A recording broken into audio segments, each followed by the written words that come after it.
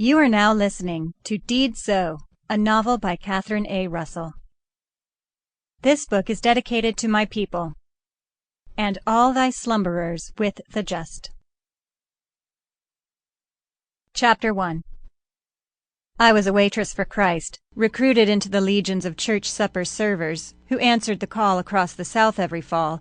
I reported to our parish hall and delivered platter upon steaming platter of artery-choking victuals to appreciative suspender-slapping locals and city folk who came down in sleek motor coaches. I started when I was 6. Child labor laws could not stand up to the will of Dixie's God. We were Episcopalians, and our specialties, offered for generations at our fall festival, were old ham, fried oysters, and beaten biscuits. The Methodists did fried chicken and double-crust peach pie. The Catholics were famous for fried perch, new potato salad, and deviled eggs. I do not know what the Baptists served, because I was a white girl not allowed to go to their church suppers. In Wicomico Corners, everybody knew everybody. Heck, you only needed to go up 3 rungs on your family tree to claim relation to half the county. People attended the same church their great-grandfathers had and dealt at the same general store. The county boasted 2 stoplights, one near the courthouse across from the war memorial, and one at the main gate of the Navy base. Doors were left unlocked. Chickens, dogs, children, and the occasional escaped milk cow ran free.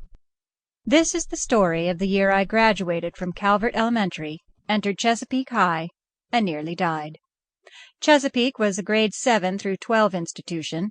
In those days, boards of education approached schooling as one big swimming lesson. When you completed grade school, they threw you directly into high school, the social and sexual deep end, and you sank or swam under the predatory eye of upperclassmen.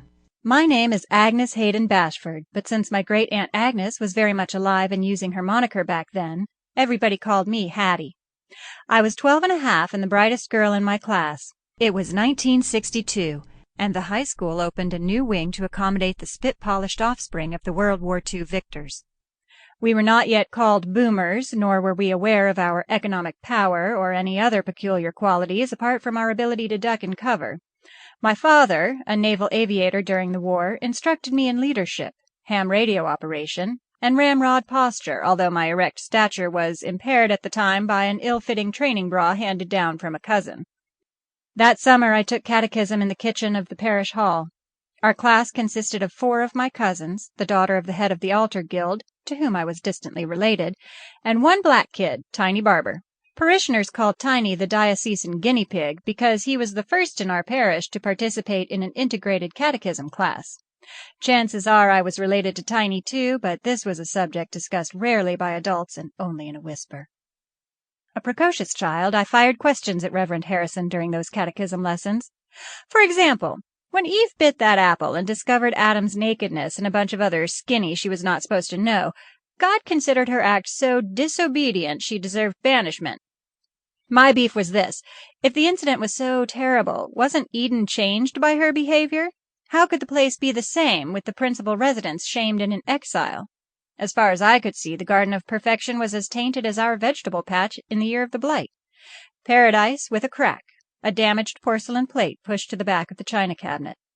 Because I was an Eve apologist, I pointed out that flaws might make Eden more fun and a heck of a lot more exciting than Wicomico Corners. It was the only time I ever recall Reverend Harrison reduced to speechlessness. Despite my heretical postulations, I passed ecclesiastical muster and earned the right to sip wine every Sunday. I was almost an adult.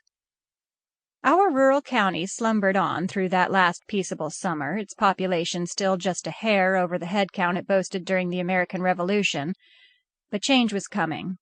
Not just the building of new schools for the science project generation, not just the clamor for the new stoplight at Helena to slow down the big rigs from up north.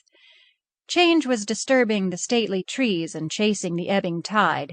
We sensed it stalking us, all sinew and ferocity poised on big cat's paws, and believed it would saunter down our claustrophobic peninsula from the grand national beyond, trapping us between our 2 salty, unforgiving rivers. We did not see it crouching, claws sheathed, eyes slanted, waiting for its moment in our own hearts. Chapter 2. Our church supper was well under way when I saw Gideon Albright for the first time in over a year. We had filled the tables in the parish hall basement twice over by the time he arrived. I paused with a platter of fried oysters in one hand and a bowl of fatback-flavored green. Sample complete. Ready to continue?